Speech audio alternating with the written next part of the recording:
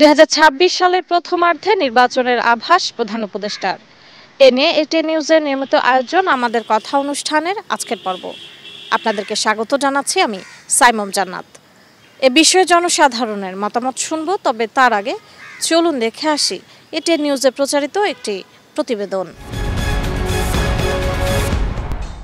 বিজয় দিবস, বাঙালি জাতির বুক ফুলিয়ে দাঁড়াবার দিন।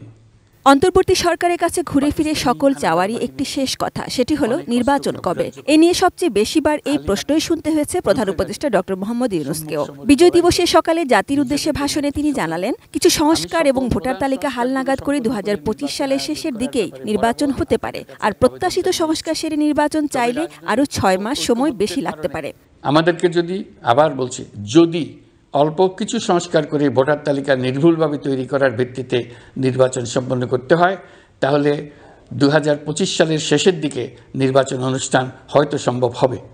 আর যদি এর সঙ্গে নির্বাচন প্রক্রিয়া এবং নির্বাচন সংস্কার কমিশনের সুপারিশের পরিপ্রেক্ষিতে এবং জাতীয় ঐকমত্যের ভিত্তিতে প্রত্যাশিত মাত্রার সংস্কার যোগ করি, তাহলে অন্তত আরও 6 মাস অতিরিক্ত সময় লাগতে পারে। প্রথম দিকে হওয়া 6টি সংস্কার কমিশন চেয়ারম্যানদের নিয়ে একটি জাতীয় ঐকমত্য গঠন কমিশন করতে চলেছেন তিনি। নতুন কমিশনটি সভাপতি হবেন ডক্টর ইউনূস নিজেই এবং সহসভাপতি থাকবেন অধ্যাপক আলী রিয়াজ। আগামী মাসেই জাতীয় ঐকমত্য গঠন কমিশন তার কাজ শুরু করতে পারবে বলে আমি আশা করছি। বাজার সিন্ডিকেটের দৌরাত্ম্য বন্ধ করতে বিকল্প কৃষি বাজার চালুর চেষ্টা করছেন বলে জানান প্রধান উপদেষ্টা ডক্টর মোহাম্মদ ইউনূস। আমরা সরবরাহ বাড়িয়ে, আমদানিতে শুল্ক ছাড় দিয়ে, মধ্যস্বত্বভোগীদের দৌরাত্ম্য কমিয়ে এবং বাজার তদারকির মধ্য দিয়ে জিনিসপত্রের দাম কমিয়ে আনার চেষ্টা করছি। পরিবহন খাতে চাঁদাবাজি এখনও পুরোপুরি বন্ধ করা যায়নি। এটা সম্ভব হলে আমরা আশা করি জিনিসপত্রের দাম আরও কমে আসবে। শ্বেতপত্র প্রণয়ন কমিটির বরাতে প্রধান উপদেষ্টা জানান, বার্ষিক উন্নয়ন ব্যয়ের প্রায় অর্ধেক টাকায় লুটপাট হয়েছে। পাচার হওয়া সেসব অর্থের আংশিক হলেও যেন অন্তর্বর্তী সরকারের আমলে ফেরত আসে, সেই চেষ্টা করছেন তারা। নির্দিষ্ট কিছু গোষ্ঠীকে সুবিধা দিতে যে পরিমাণ কর ছাড় দেওয়া হয়েছে, সেটা অর্ধেকে নামিয়ে আনা গেলে দেশের শিক্ষা বাজেট দ্বিগুণ, স্বাস্থ্য বাজেট 3 গুণ করা সম্ভব ছিল।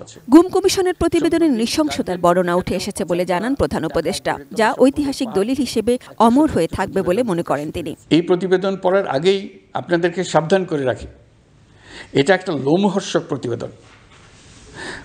মানুষের প্রতি কি পরিমাণ নৃশংস হতে পারে এতে আছে তার বিবরণ, অবিশ্বাস্য বর্ণনা। প্রধান উপদেষ্টা জানান, এরই মধ্যে নানা দেশবিরোধী প্রচারণায় দেশবাসীর মধ্যে দূরত্ব সৃষ্টির চেষ্টা হলেও দেশের মানুষ অটুট ঐক্য দেখিয়েছে আবারও। এরই মধ্যে নয়াদিল্লি থেকে ইউরোপীয় দেশগুলোর ভিসা অফিস ঢাকা বা অন্য কোনো প্রতিবেশী দেশে স্থানান্তরের চেষ্টার কথাও জানালেন। তারা যদি ভিসা সেন্টার ঢাকায় নিয়ে আসেন, তাহলে আমাদের ছেলে মেয়েদের ভোগান্তি কমে যাবে। প্রধান উপদেষ্টা বলেন, বিজয়ের মাস হোক, নাগরিকদের পরস্পরের মধ্যকার সম্পর্ক স্থায়ীভাবে ভয়বিহীন থাকার একটি সমাজ গড়ার মাস। শক্তিশালী স্বৈরাচারী সরকারকে জাতীয় ঐক্যের মাধ্যমেই আমরা হটাতে পেরেছি। তারা এখনও সর্বশক্তি দিয়ে জাতিকে বিভক্ত করার চেষ্টা চালিয়ে যাচ্ছে। তাদের এই হীন প্রচেষ্টাকে কোনোভাবেই সফল হতে দেবেন না। বিজয়ের মাস হোক, অসম্ভবকে সম্ভব করার প্রতিজ্ঞা নেবার মাস। Sajid Sweety, ATN News, Dhaka. কিশোর কিশোরী। দর্শক, এতক্ষণ প্রতিবেদনটি দেখলেন, এবার চলুন দেখে আসি কি বলছেন সাধারণ মানুষ। আমার মনে হয় যে 2026 সালে পারবে না। তিনি একটা কথা বলছেন, যদি সব কিছু খুব দ্রুত সম্ভব হয় তাহলে হয়তো 26 সালের নির্বাচন দিবে। তা নতুন ভোটার যে নিবন্ধন করাটা হয়তো তার কাছে সময় সাপেক্ষ মনে হচ্ছে। তবে আমার মনে হয় 27 সালের দিকে হবে, 26 সালে পারবে না। প্রধান উপদেষ্টা যে জাতির উদ্দেশ্যে ভাষণে 26-এর প্রথম দিকে যে নির্বাচনের কথা বলেছেন, তো সেটি ওনাদের দায়িত্ব নেওয়ার পর থেকেই ওনারা উপদেষ্টা পরিষদ বলে আসছেন যে সার্বিক কিছুটা সংস্কার করে তারপরে ওনারা জাতীয় নির্বাচন দিবেন। কিন্তু 26-এর যদি সকল বিষয়ে রাষ্ট্রীয় সংস্কার করতে হয়, তাহলে সেটি 26-এর প্রথম দিকেই যুক্তিযুক্ত মনে হয়। যদিও রাজনৈতিক দলগুলি চাচ্ছেন যে তারা আরও একটু আগে নির্বাচন, তবে এই ক্ষেত্রে রাজনৈতিক দলগুলোর সাথে সমঝোতার ভিত্তিতে এটি বাস্তবায়ন হতে পারে। রাষ্ট্রীয় যে বিশৃঙ্খলা, রাষ্ট্রীয় যে অরাজকতা, তারপর সংস্কারের ব্যাপারে অনেক কাজ আছে। এই কাজগুলি সংস্কার না হলে নির্বাচন দিয়েই তো কোনো লাভ নাই। নির্বাচন জিনিসটা হলে একটা নতুন সরকার গড়বে, কিন্তু সেই নতুন সরকার গড়লে যে পরিস্থিতি দাঁড়াবে তার চেয়ে আমি বুঝি এই বর্তমান কেয়ারটেকার সরকার সংস্কারটা করে নির্বাচন দেওয়াটাই ভালো। এই বিষয়ে আমি মনে করি হ্যাঁ, এটাকে সাধুবাদ জানানো উচিত এবং হচ্ছে রাজনৈতিক যে দলগুলো আছে এদেরকে হচ্ছে ডক্টর ইউনূসের উপর, মাননীয় উপদেষ্টা ডক্টর ইউনূসের উপর আস্থা রাখা উচিত আমি মনে করি। এবং এখন পর্যন্ত আমরা দেখিনি যে ওনারা দীর্ঘদিন ক্ষমতায় থাকার ব্যাপারে ওনারা ইচ্ছুক, এ ব্যাপারে আমি কোনো লক্ষণ দেখিনি আর কি। আমি মনে করি শীঘ্রই দিয়ে দিবে।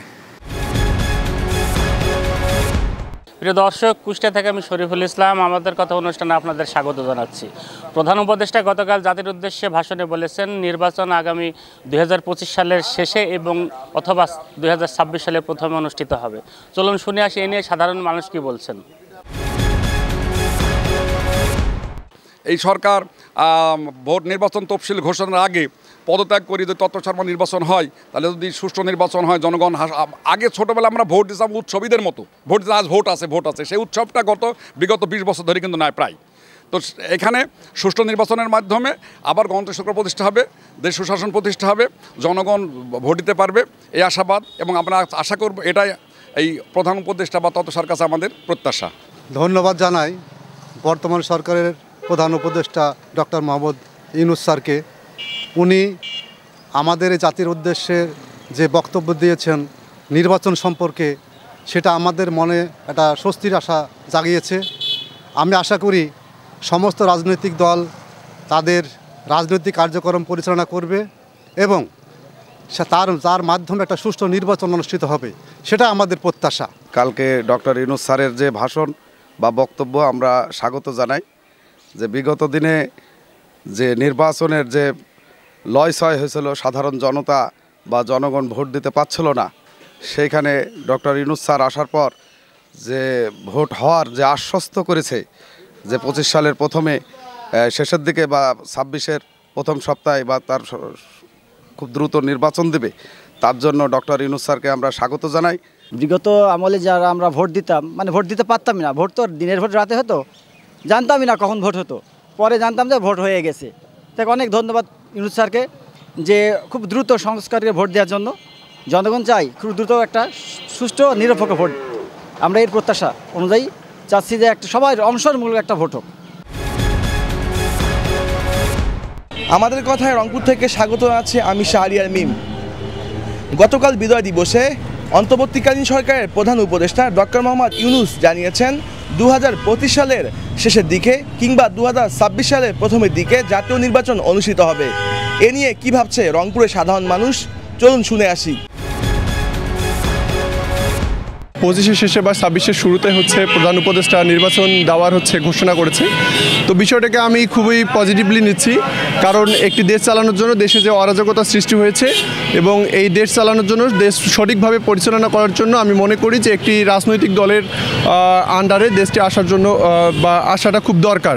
নির্বাচন আরও কিছুদিন পর হওয়া ভালো, কারণ বর্তমান নির্বাচন হলে যে দলে আসুক সে দলের পক্ষে মানে দেশটাকে মোটামুটি সামাল দেওয়া খুব কষ্টকর হবে। বর্তমান বাংলাদেশের যে প্রেক্ষাপট, এতে দেশে অন্তর্বর্তীকালীন সরকার কিছুদিন থাকা দরকার, কারণ দেশে যে গ্যাঞ্জাম চলতেছে, যে দেশের পরিস্থিতি এবং এই স্বৈরাচারী সরকার যে পরিমাণ রেন্ট করে গেছে, এই সব কিছু সামাল দিতে এই সরকারকে বেশ কিছুদিন থাকা দরকার এবং নির্বাচন একটু সময় হলে ভালো হবে। দর্শক, এই ছিল আমাদের কথা অনুষ্ঠানের আজকের আয়োজন। বিদায় নিচ্ছি আমি সাইমুম জান্নাত।